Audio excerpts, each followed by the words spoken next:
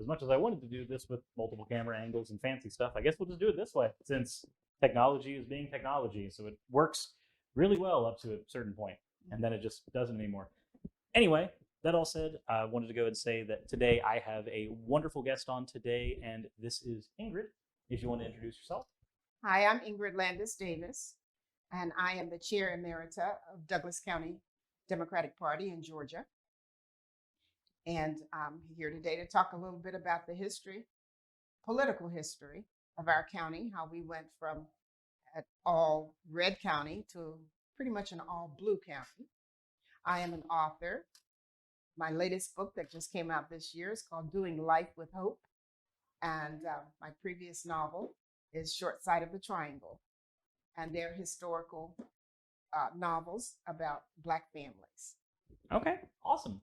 Well, I know that I got introduced to you very recently because I wanted to come out and do some help or try to help out a little bit with the local Democratic campaigns. Mm-hmm. And I have a friend of mine who's canvassing out here, and I figured that if I could get some content done that'll maybe let people know, hey, this is kind of the state of voting is in the United States right now, mm-hmm. and would give people a reason to go out and vote. I know there's a lot of people that try to pretend that their vote doesn't count. That's not really how things work, and you actually have a lot of experience showing that you can convert a county to a different color. You can get it from a mostly Republican represented county to a mostly Democrat represented county, which means that you know exactly what you're talking about when you say, no, your vote does count, and here's why. Well, yeah. And let's go back to 2022, for instance, when mm-hmm. we got Reverend Warnock elected. Mm-hmm. We worked really hard here in Douglas County. Douglas County had the highest percentage of voter turnout, percentage population-wise, okay. in the state of Georgia. We drove them deep. We went and we knocked doors and we put on events and we worked really hard to get voters who maybe said, oh, I'm tired of voting. Because remember, we had a special election for Reverend Warnock, yep. then we had to have a runoff and, you know, getting people to keep people get burnt out very, very right. fast. Keep coming out, keep the interest up. We had to we had to just run a 24/7 operation, basically. Now that makes sense. To get him elected, and to keep him in the seat. Once he did get elected, you know, over and over, it was like four different elections. Or something. And what's that famous quote? A democracy if you can keep it. Yeah. Mm-hmm. Yeah. And it's always that. It's not just vote to get the person that you think needs to be in office now. It's, hey, now that you've done it, don't get complacent. That's kind of the enemy of progress, is feeling like you've done enough work, it's time to stop. And don't forget the atmosphere in 2022, for instance, that we were dealing with. Mm-hmm. We were coming off the back of COVID. Yes. The major lockdowns. The back of COVID, number one. Number two, we had Donald Trump in here trying to fool around with our elections. We had Donald Trump backing a football player mm-hmm. to run. You know, but yeah, he's famous, but still. That's not exactly the criteria you need to be a leader. Right. People knowing who you are right. isn't enough. And also against someone who was really a known community enhancer, like Reverend Warnock. Yeah. And who was very well qualified. So we had a lot of work to do to keep people coming back, and we did. And we not only hit those highs, mm-hmm. but we got recognition for it. We New York Times had an article out about us. MSNBC had talked about us. So Douglas County, we've been doing our job. And even now, and I think our current chair is going to talk a little bit about this when you mm-hmm. talk with her later on today.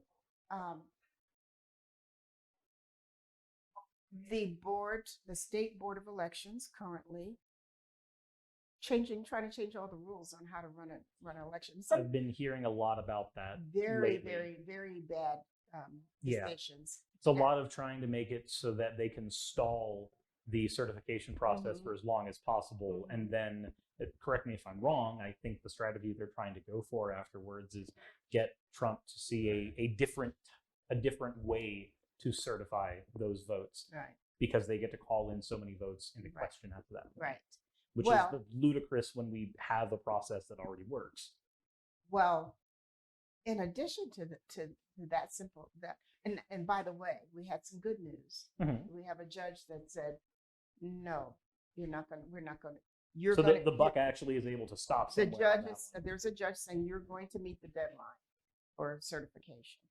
You can call all the votes into question that you want, but what's going to happen is the decisions are going to be made before deadline. So, which is definitely a heartening thing to hear, because I know that on Twitter we were seeing people who were letting everybody know, kind of being the canary in the coal mine on this, saying, hey, the Georgia election board, there's some very, very sneaky things that are happening here, and it's very, very frightening to hear about that, because if there's one thing that people don't want to lose when you have a democracy, it's your vote counting. And I think that there's definitely something to be said. I know we originally wanted to talk specifically about voter disenfranchisement. There's something to be said about, even if you're not unable to vote, you legally can vote. There's certainly plenty of ways to demoralize voters, which is another way of disenfranchising them, even if you can't do it legally. Right. That's absolutely true. And that's really, I think it's psychological warfare. Yeah.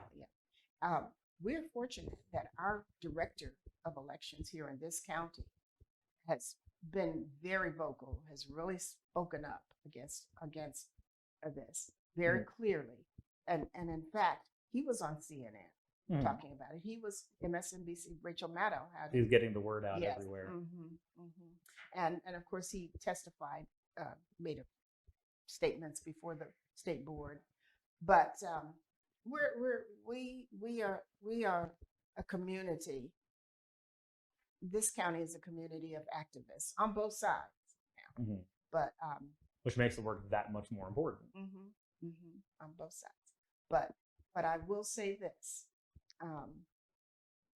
it's taken a long time. It's been a lot of hard work. The other day when you were in here, you saw us, a bunch of us in here. Y'all were working very, very hard. It was the thing that made me want to sit down and interview people who were working here, because I've been involved in canvassing before. I've gone up and I got involved in the Jamal Bowman campaign, but I didn't have as much to do with the back end, the stuff that makes the machine actually work. Because for people who may be watching and haven't canvassed before, you need a packet that tells you, here are the things the candidate stands for. Here's your areas that you're going to be going for. Here are the areas that need to be hit. When I was doing the Bowman campaign, we had to hit areas that were definitely blue areas, but blue areas that were going to lean against Bowman. And that's where the strategy lied. I don't have any experience in building out those strategies and in getting all of that paperwork taken care of. That's fully out of my depth, whereas you seem to be an expert there, like entirely. Well, the reason I'm an expert is because I've been doing it for just hands-on doing it, solid 12 years. Now, I started doing it back in 1968. I got involved as a young woman, but this last decade or so, it's been full on, flat out, do the hard work, write thousands of postcards, stamp them, label them. I was watching y'all actually run out of stamps when I was here on Saturday. And we had thousands of stamps, and we ran out. We had putting together those what we call walk packages or lit packages, literature packages. You have to bundle them up in packets so that whoever's out knocking on doors, let's say they take 50 with them. Well, how do you know how many? Got them ready. Pick up a pack and go with it. So if you can't knock on doors, if you can't walk, some people are older, they can't walk. You have people who are disabled. But they want to help. those are the kind of things you can come into the office and you can do. Mhm. For instance, the Harris campaign has uh, an office in just about every county right now. So you can go into the office and you can. This is what we do here. And we were having a little fun. You saw us having a little fun. We Oh yeah, tried to it bring some wasn't it joy. wasn't all the sweatshop factory in No, here. It was no. definitely it was a jovial environment. I Mhm. enjoyed talking to everybody here. It's one of the reasons that made me want to come back and do interviews with people. Because when I came in to talk to Yolanda originally, I didn't know exactly what my battle plan was going to be in terms of what I wanted to talk about, but I had plenty of opportunity to figure out what I wanted to do after talking with all of y'all. And so, so going back a little bit to Douglas County and our situation. So in Douglas County,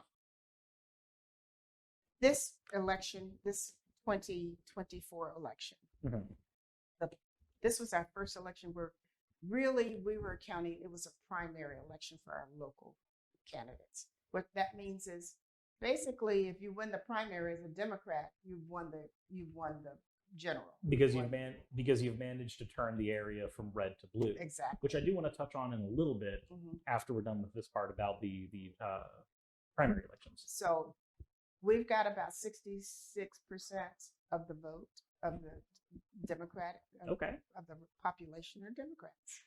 And but both sides work hard. The Republican side, what they've tried to do to counteract your efforts, our numbers, is put in some of their own candidates to try to run as Democrats. Oh, so it became very, very tough. This was our first. So you're having to give a bunch of information to people, going, "Hey, this person is under the blue label, but you can't just Christmas tree down saying, well, it's all blue anyway." Like you have to actually spend a lot of time educating voters. Our voter education efforts were tremendous for the primary. It's a very sneaky way to try to get their people in, but it makes sense because if you can get just a few areas to have representatives that are blue, but they are always going to vote against any legislation that comes down the party line, they're able to just kind of stonewall anything, even if they don't have a majority, which is exactly. So an effective strategy. So yes, and so we called it the primary from hell. Yes. And so again, so I wrote this little thing. I'm a writer, so I wrote this little thing up. I go, this was the first primary in Douglas County that was actually representative of a primary election, where if you win the primary, it's pretty much assured that you win the whole enchilada. As this primary progressed, our candidates and the party experienced attacks, setbacks, heartbreaks, get-backs, power plays, undercover operatives. You're playing with people's imaginations a lot there. I know. False accusations, disrespect, amateur antics, illegal sign removals, secret deals, wheels within wheels, oppressive ups and downs that became part of the game of raw ambition rather than a desire to serve the community. And that's where we draw the line. Our public servants that we put forth are about serving the community, not about pushing their own personal ambitions forward. Not about political espionage. That's right. But we pressed on and still brought forth the best of our public servants and candidates, like some that won, like Whitner Kenner Jones, who is our new commissioner, who replaced Commissioner Kelly Robinson that you just met, who was our longest serving commissioner. And so he stepped down, he retired, and we were able to bring forth a wonderful young lady who's an attorney and has done great work since the short time she's been in place. We were able to put on our Board of Education. You just met one of our Board of Education longest serving members as well. Yeah, she just came in just a little bit ago. Well, we also just added Dr. Tamika Scott to the Board of Education. So, and then we had another Commissioner, Martin Braxton, new that came forward. And so they're all new to the position, but they're experienced people. They're younger, but they're experienced. They're not new to the game. So now we have the Queen of Joy. That's what I like to call Vice President Harris. Kamala Harris, who is our president. I think she's going to do great. I think you can see the activity that's going on here. There's a lot of hustle and bustle, but Yes. nobody seems dire. No, is the thing that we're doing it. We're doing the work. We're what we call in the middle of the work. And this You're in the trenches. Yes, and this is what we're doing. So, so on the flip side of that, before we get into any more of the voter disenfranchisement talk, I want to know, how exactly did y'all transform the county to a 66% Democrat voting county? Because if it was the other, a lot of people feel like when they're in a district that tends to vote one way, but for me, I'm in District 14. So I feel this, and I see other people that feel this a lot with the representatives that we have. How do you go about reversing the tides on this? So yeah, so you're in a tough district, but that district is actually changing. Oh, yes, because congressional district 14, right? Yes. MGT. Yes, we had Flowers try to run against her last time. Right, he did. That was his first time out. So I personally really wanted his opponent, his primary opponent, to. I thought she had more experience. Was Holly, right? No, her name is what's her name? I don't know why I'm blanking on it either. Yeah, but anyway, she was fairly well known in political circles.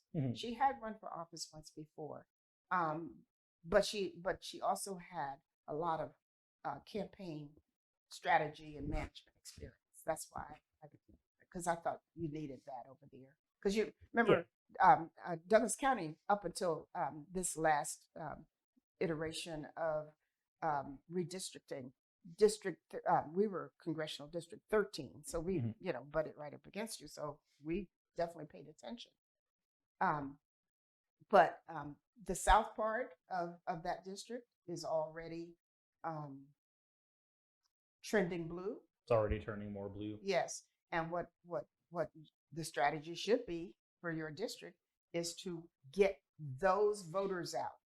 You start with your base of voters. So instead of trying to convert everybody who is trying to vote Republican, you Right. get everybody you get the people who feel disenfranchised as Democratic voters and say, hey, I know that we need 1,000 of you and you feel like you're one of 1,000, but understand we've knocked on more doors than that. Right. If you come out, there's enough of your friends and neighbors that are also going to be coming out because enough of your campaign has been trying to motivate them. So it's a math. It's math. Mm-hmm. It's math, stupid. You say, how many votes do I need to win? You do the math, and how many doors do I have to knock on? There's a formula. How many doors do I need to knock on today? How many doors do I need to knock on this week to ask for people's vote? To create that snowball effect. And that's what we did. It was really the basics, knock on doors. We also did something else that is important, and that's where it comes back. I come back to, I don't want to sound like I'm rambling because I want to come back to something. Okay. The State Board of Elections. What we did was we focused in on our local Board of Elections, the county boards, to see, we looked at, okay, what's happening at the county boards? Because in 2008, when President Obama ran, we had the roughest time with our local Board of Elections. Oh, I actually wasn't in Georgia at the time, so I don't have any context on that. Yes. Well, not the state board at that point. This year, I'm talking local The local boards. boards. We had, but because the state boards actually called on the carpet some of the local boards, and they got fined and they got reprimanded for some of their tactics. Here, our local board here. One of the long-term board members, and he should have known that. Took some of the. He said, "Oh, we can't. We got to keep recounting this because the Obama had won this county," and he was like, "No, it can't be." Took stuff home. Now, I didn't make this up. This is what the State Board of Elections accused him of. Okay, so we had to look at, okay, these people getting a little too comfortable at this Board of Elections with their techniques. And so yeah, because those, from what I understand, that's illegal. That's not a thing you're supposed to be allowed to do. No, it was illegal. And, okay. and the state board said it was illegal, and the state board fined our county for that. So after that, we started paying closer attention to what's going on down here at this Board of Elections. Started going to meetings, to the monthly meetings. And then I was put on the Board of Elections. This was before I was the chair. The chair put me on the board because the Democrats only got 1 seat, and it's 5 seats. So the Republicans had 4 seats. So what we ended up doing was looking at how is this fair that we Democrats only get the 1 seat versus the 4. So we started lobbying for a legislative change and for our local board. And we were able to, after 2 years of truly fighting, and Commissioner Kelly is going to talk to you a little bit about that part. Truly fighting, we were able to get legislation. I mean, we did some exchanges for it, but legislation where it's even Steven. 2 Democrats, 2 Republicans, and then whoever has the most on the Board of Commissioners, will end up getting that last seat. Which is a lot more fair than just, I guess that's one of the reasons why. And that's one of the problems you have in Congressional District 14. Well, if there is a way to slowly convert it blue by getting those Democratic voters to recognize that if they want things to change in their district, they need to get up, out, and start doing stuff during the general election and also in the primaries. That's kind of the reason why I want to do these videos in the first place, do these interviews, is to get people to actually go out and do things, to understand that it's not just sitting at home and waiting for the election day to start and then, oh, today's the day to go vote, and then that's it. There's a billion micro movements that are happening in the background trying to make things work. That's right. Democracy does not start and end on election day. Correct. And back to Douglas County, and this was a grassroots effort. I'm working on a novel now called Grassroots, and I want to talk about what does that mean. We hear that word a lot for different, especially when there's like a new pact that's being made, and they'll say, "Well, this is a grassroots effort," and it feels like it's a word that's used a lot. So I'm read a little bit. Again, I'm a writer, so I'm gonna read a little bit from my novel. Grassroots is a political novel, and it's about harnessing the collective subconscious in community organizing. And a lot of folks want to know, what's it like to actually be a part of a political movement? They think big picture and see themselves in a Superman cape running around town, making corrections to everyone else's mistakes. Okay, all right, it's a little. They're seeing themselves as an enforcer. It's a little like that, but it's also paying attention to the needs and the desires of the people that you're talking to and talking about. Opening your eyes and your heart to others and figuring out your role in the relay of life, so to speak. So you can run your leg of it and do your best part in the community. The community. It's about the community. And of people that you're living around and amongst. And I do like the idea of it being a relay, because that lets people know, hey, you're not running a marathon on your own. Right. You're getting the baton to the next person. Right. And you cannot run it on your own. I mean, no, there's too much. There's too much to do. There's too many things. Just watching what y'all were doing here, just putting stamps on envelopes, when there's thousands of them to do, that's not a one-person job. And seeing people go out and do canvassing and knocking on 200 doors in a day for some people. That's not a thing that one person can do. That's a thing that you need lots of people. You need lots of people to care about the community, and so that's what Grassroots is. It's caring about the community, Ground up instead of top down. That's right. That's right. And so, in other words, loving your community. Anyway, that's the first part. And then after that, you need, other life skills. but after you care about your community, you need to be able to not freeze up when you're in the door right. talking with somebody. You need to be willing to talk to people. I mean, when you knock on doors and people come to the door, I've had people tell me, "Don't ever come to this door again. This is a Republican household." Oh, wait a minute. Now, see, because we do vote builder. We don't just go to your house. We have a list.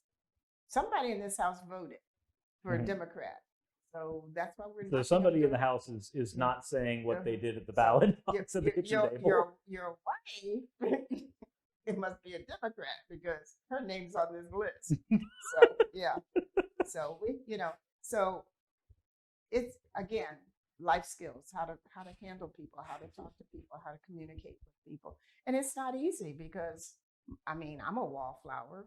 I'm a writer. I like to work by myself, Yeah. So it takes a lot to come out of your shell. But I find that once people start doing it and start talking to each other, and you're in communication, so once people start talking to each other, oh yeah, we exchange some ideas. Yeah, I'd like that. Oh yeah. And you can persuade, but the main thing what we try to do is get people out off the couch and out the door to the ballot box. That's our job. There's a party. There's a common saying that I think holds really, really true, and it's that progressive causes tend to win more often when more people are at the ballot box in general, because the country, generally speaking, doesn't want to be regressive. They want to see civil rights expand as opposed to retract. People want to progress. People want freedom. Yeah. They don't want dictators in America and just about everywhere else in the world. People are people. They want to be free. They want to be able to do what they want to do. Now, nobody wants to grow up to be a bootlicker. Right. That's not what they want to do. Right. Exactly. That makes sense. So it's about raising the consciousness. It's about putting out more love and moving that part forward. I guess that brings us to one of the strategies that's been historically used. Because if your strategy tends to be get more people out to the ballot box, a strategy from the other side for the last few years seems to have been convince people not to go out to the ballot box. And I'm not as familiar with the myriad of ways in which they've tried to do that. So could you maybe illuminate some of those? Okay. I'll give you a simple. Sure. We have a former commissioner here. And in fact, she's been in politics in other positions in this county for a long time. She put out in her newsletter, one of her newsletters that she puts out. We call her the Propagandist because she put out a picture in her newsletter of these young Black men who were at an HBCU, and they were doing the fraternity sign, Okay. And she put in her newsletter, here's some they're teaching on these HBCUs. They're teaching devil worship. Those are devil worshiping signs. But that's just a fraternity sign from a historically Black canvas. That's all that is. It's a fraternity sign. I mean, it didn't even make it. But it's literally just a group of people that said, "Here's this cool thing we're going to do together while we're at college." Right. She said, "Oh no, they're teaching devil worship," and a little bit of that satanic panic energy coming through again. And so I'm saying it's psychological warfare, and that's what we deal with. I feel like there's been a concerted effort not only to disenfranchise voters, but also disparage education And I feel like that's one of the weapons and that gets used. actually demonize education. Yeah, make it seem like, oh, because it used to be that you would propagandize against it by saying that, oh, somebody goes to the ivory tower and they come back an entitled liberal. And now there seems to be more of a concerted effort of going, no, these places breed evil and Marxism and all this other stuff is supposedly shooting out of the campuses. Which, I mean, if it is, I guess school's a lot cooler than most people thought.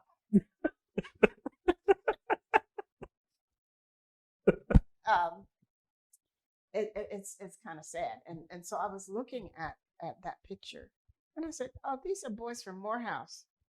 These are fraternity brothers." So you had all the context you needed to know that it was bunk. Right. And I'm like, Morehouse has a huge theological seminary. So they'd be one of the last places. They'd be one of the last places going, yes, let's go ahead and have you speaking backwards. Okay. So, I mean, that's just a small example of how they try to take information and turn it around, and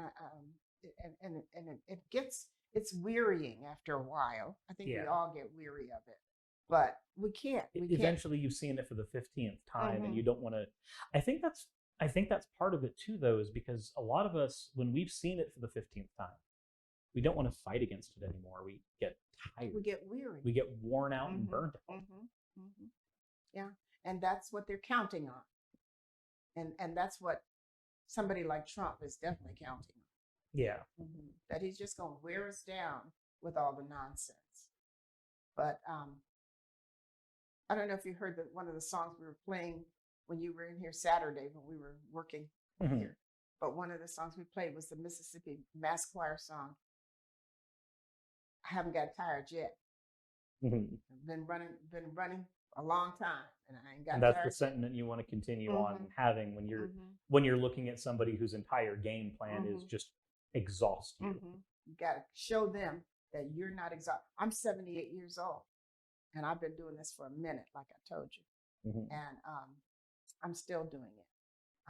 As long as I'm up walking and talking, you're gonna hear from me. You'll continue fighting for rights, which makes sense. So were there... One of the things I talk about in my book, Doing Life with Hope, is, in my experience, growing up as a young woman and needing an abortion because I was raped. And I talk about that. And then you get someone like J.D. Vance, who disgustingly describes that as, well, that's inconvenient. And one of the most dehumanizing ways you can talk about that situation when it's not inconvenient, it's traumatic. Yeah. And there are people who don't need to be attached to somebody who assailed them for however long they have to. For which is the rest of your life, basically. Yes, there's nothing. Generally, your children outlive you. There are some states that I've seen that have tried to advocate for laws that will allow the rapist to stay in the child's life. That's right. Which forces them to also be in the mother's life, which is gross. It doesn't make any sense if your goal is to be humane, and yet it's a thing that's being advocated for, and it's very weird.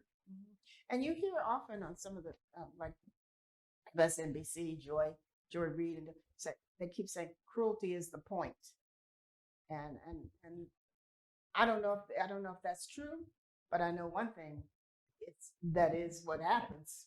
I think there are some people who, for them, cruelty is the point. Those aren't the people who worry me, though. The people who worry me are the people who feel like this is in the best interest of others. Abortion is a major issue. Yeah, I'm a living witness. You're a living example of it. And I could go into the details of it, but it's in my new book. You've already done that. There's no reason to make you relive that right now. You've written it down. People can find it if they need it. No, that makes sense. Anyway, we've worked very hard, and we're hanging on. And not only are we hanging on, but we're moving forward. You see, we have new troops coming in every day. Yep. We have new people coming, wanting to work, wanting to help, wanting to get the word out, wanting to get on the ground. No, it's good. And they enjoy the experience. I've had we've had people come and they do it once or twice, and they're back every day. They're ready to go. It's very heartening to see. I'm not gonna lie. They're not getting paid either, by the way. These are volunteers. They're just coming to make sure that what needs to be done is getting done. Just good to hear. That all said, though, I think that does bring us to a good wrapping up point, because I wanted to talk about voter disenfranchisement, and we can end on people coming in and fighting against that, which is good. So I wanted to go and thank you for coming here, yielding your time. And do you want to plug anything else again? I know that you wanted to talk about it just a little bit. No, the books are available on Amazon and at my publisher's website. Okay, awesome. Well, thank you very much, Ingrid, for being here, or letting me be here, because this is not my area. I appreciate it greatly. We appreciate you coming and talking to us. Awesome. Hey, just wanted to give a quick thank you to all of my wonderful patrons who help keep me afloat and help keep this channel going. YouTube and Twitch are wonderful platforms, but at the end of the day, stability is not one of their strong suits. If you want to support my channel, then obviously Patreon is one of the best ways of doing that. Link is in the description. But I do want to personally thank everybody who has contributed to the channel. Those people would be Red Joker, Purple Poundini, Jemshin, Britzkrieg, Jupe the Malignant, Michael, Ravalern, Mabbity Babbity, Astral Frontier, Autumn and Angel, Nixie Chan, Agamotto, Victorian Alchemist, I'm not saying the last part of that, and you know that, Arcton Arclacier, Kiratorian, Dren Hadamata, Jordan M, John L, Lord Bleck, Smiling Game Master, and Fireshard. And everyone else who supports my channel and lets me do what I do full time. This is a dream job of mine that I never believed that I would be able to take full time, and with your help, I've been able to do it. So thank you so very much for that.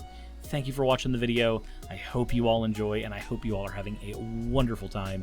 I will see you all in the next one, hopefully.